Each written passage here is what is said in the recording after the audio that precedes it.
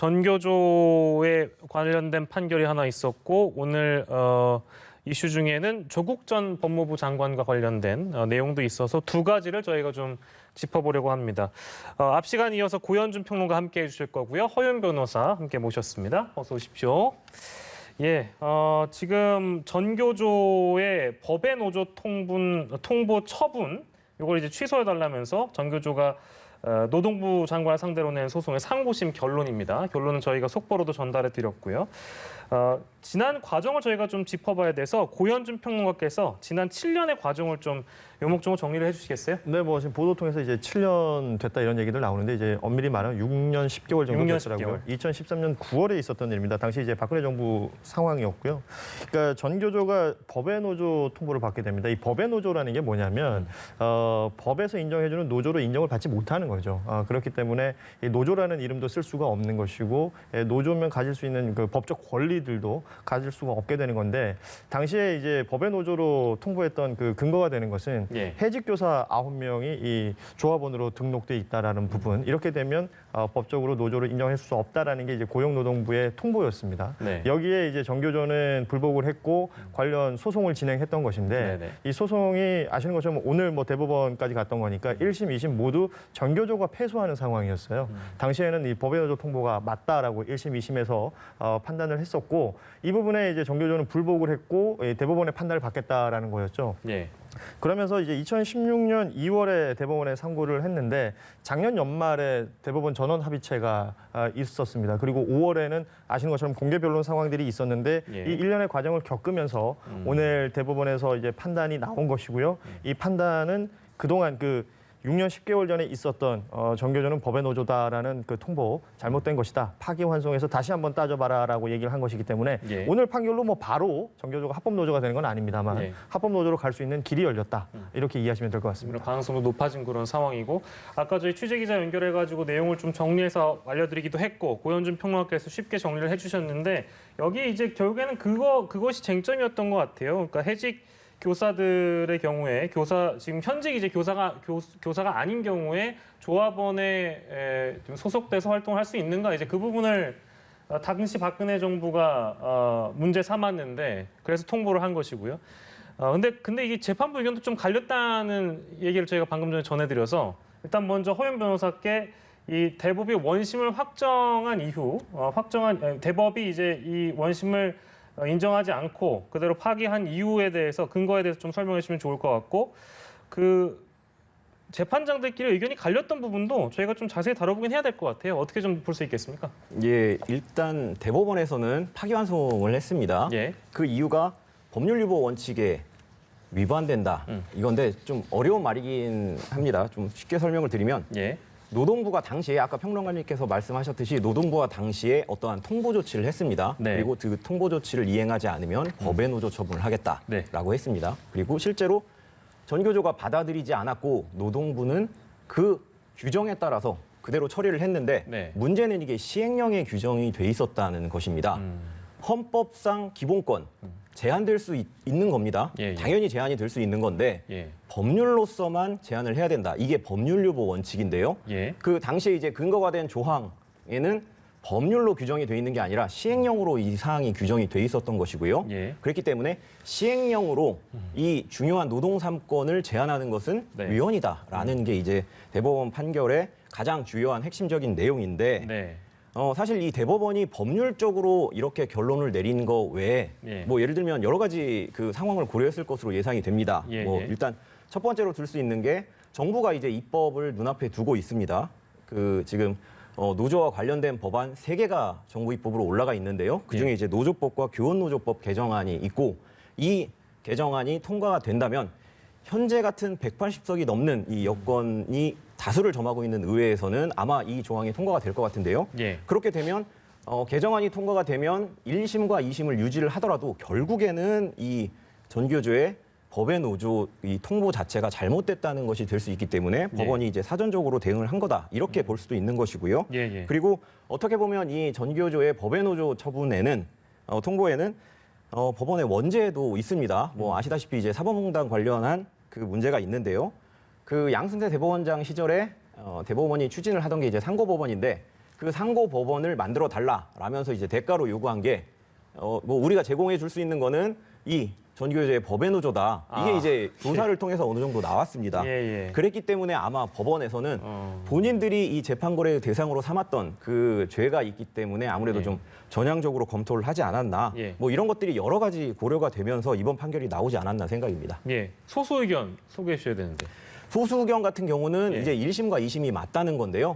이 그 법에 따라서 그러니까 그 정반대로 해석을 한 겁니다. 시행령으로 제한을 했기 때문에 이거는 잘못된 거다라고 대법원의 다수 의견은 판결을 내린 거고요. 이제 소수 의견 같은 경우는 법률에 유보가 돼 있다. 그래서 법률의 유보에 따른 시행령으로 제한을 했기 때문에 결국에는 법률 유보 원칙에 위배되지 않는다라는 이제 판단을 내린 것입니다. 뭐 대법관들끼리 이제 의견이 갈리는 일은 이제 이런 합의체 판결에서는 흔한 일이기도 하고 소수 의견도 저희가 필히 다뤄드려야 하기 때문에 법적인 해석에 따라서 좀 다를 수 있다.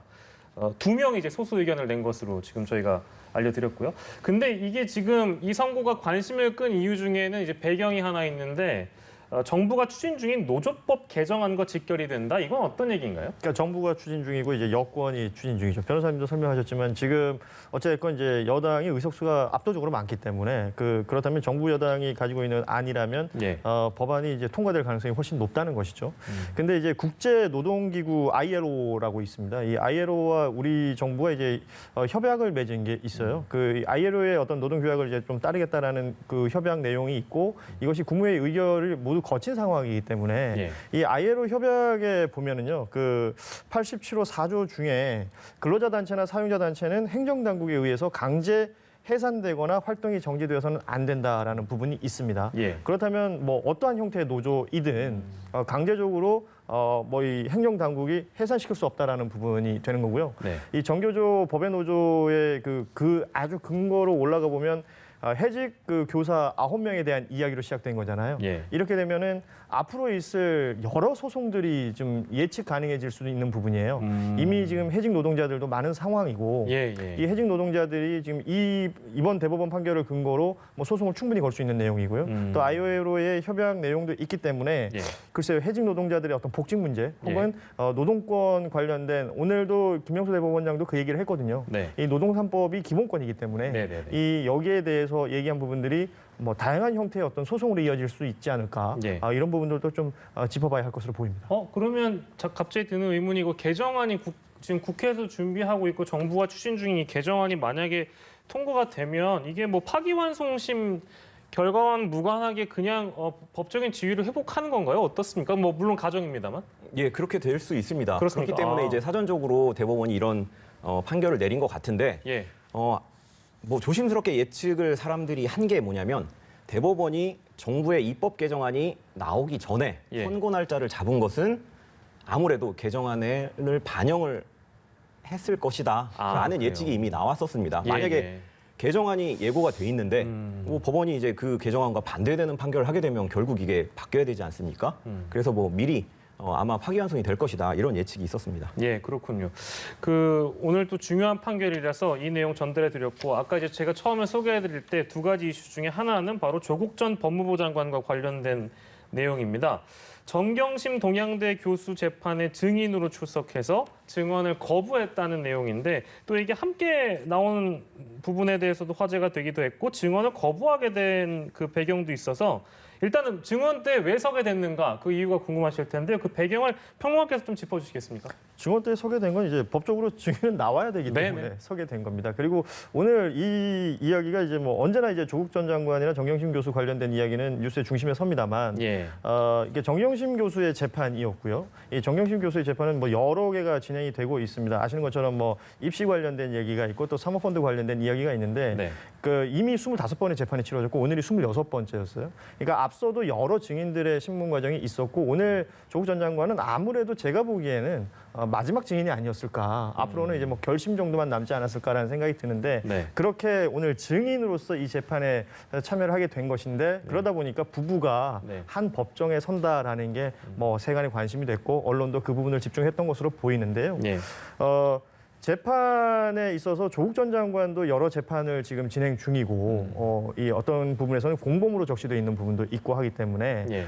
증인으로 나왔으나 증인의 권리를 본인은 주장을 했습니다. 그러니까 지금 형사소송법 제148조에 뭐 따릅니다라는 답변을 계속해서 쭉 해왔다고 하는데 네. 이게 뭐냐면 형사소송법상 그 부여되어 있는 증인에 대한 권리예요. 예. 그 자신이나 친족이 처벌받게 될지 모르는 상황에서는 증언을 거부할 수 있다. 예. 이게 바로 형사소송법 제148조의 내용인데 예. 이 내용을 계속해서 얘기를 했던 것이고요. 뭐 결과적으로는 그렇습니다. 증인으로 출석한 자리이기 때문에 예. 본인이 증언을 하지 않을 수 있는 진술 거부권 이 권리를 나는 행사하겠다라는 게 오늘 뭐 이 재판의 기본적인 내용이었습니다. 예, 법률 전문가이다 보니까 법률 전문가가 증인으로 나섰을 때 심지어 아까 이제 증인으로 나선 배경에는 증언을 하러 증인으로서 나선 것이다라고 말씀해 주시긴 했는데 증인으로 나서 증언을 거부했는데 심지어 이제 그 어떤 언급 안에서는 아까 말씀하신 형소법 148조 우리가 보통 이제 이런 조항 같은 경우에는 뭐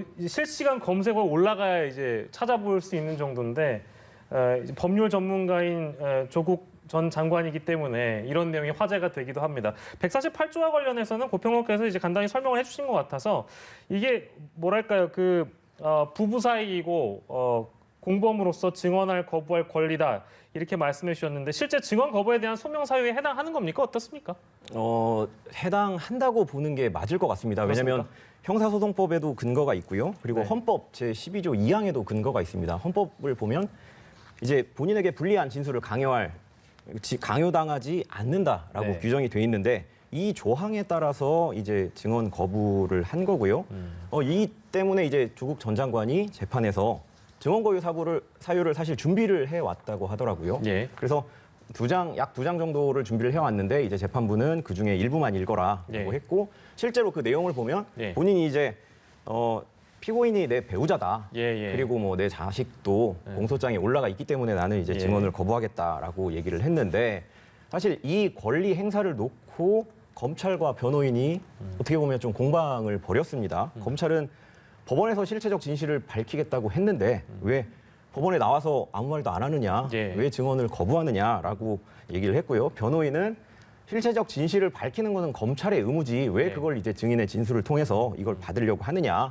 그리고 법적으로 규정된 정당한 권리이기 때문에 문제가 없다라는 그런 입장이었는데요. 예. 사실 이 논쟁이 왜 생기냐면 법정에서의 증언, 즉 이제 그 핵심적인 뭐 참고인이나 아니면 공범 여기에서는 이제 가장 가까운 사람인데요. 예. 가장 가까운 사람의 증언은 이 유죄를 입증하는 데 있어서 핵심적인 증거로 사용이 될 수가 있습니다. 그래서 이제 검찰 입장에서는 법 위반이라고 얘기를 하지 않았습니다. 예. 검찰은 법정에서 밝힌다고 해놓고 이제 안 한다. 증언 거부권을 왜 행사를 하느냐, 뭐 예. 한 입으로 두말하는 게 아니냐, 뭐 예. 이러면서 이제 뭐 도의적인 책임 이런 거를 이제 좀 얘기를 한 거고요. 네. 사실 이 그 조 전 장관이 당연히 그렇게 할 것임이 예상이 됐었고요. 예. 그럼에도 불구하고 이제 재판에 나와서 실제로 보통 이제 증인들이 이제 재판에 나와서 증언을 거부할 경우에는 답변하지 않겠습니다라고 얘기하는데 이제 조 전 장관 같은 경우에는 법률 전문가다 보니까 예. 형소법 148조에 따르겠습니다라고 얘기한 뭐 그런 상황이 전개가 되고 있습니다. 예. 이건 짧게 좀 부탁드릴게요, 허윤 변호사님.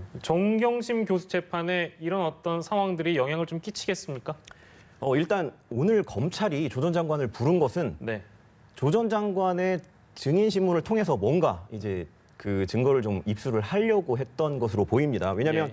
정경심 교수와 조국 전 장관이 겹치고 있는 혐의가 굉장히 많아요. 뭐 입시 비리, 뭐 증거인멸, 사모펀드 모두 다 이제 연관이 돼 있는데 지금 뭐 표창장 위조라던가 아니면 사모펀드 관련된 의혹이라든가 이런 것들에 대해서 검찰이 증거가 좀 부족하다라는 그런 지적이 나오고 있거든요. 예. 이런 상황에서 어떻게든 조 전 장관을 불러서 조금 뭐 증거를 좀 입수를 해보려고 그랬는데 그러지 예. 못했다. 그래서 앞으로 이제 정경심 교수 재판에 검찰이 조금 더 증거를 마련을 해야 되는 그런 부담을 지게 됐다. 이렇게 정리할 수가 있겠습니다. 예, 알겠습니다. 두 가지 이슈 함께 만나봤습니다. 고현준 시사평론가 긴 시간 함께 해주셨고 허윤 변호사 함께 하셨습니다. 두 분 고맙습니다. 고맙습니다.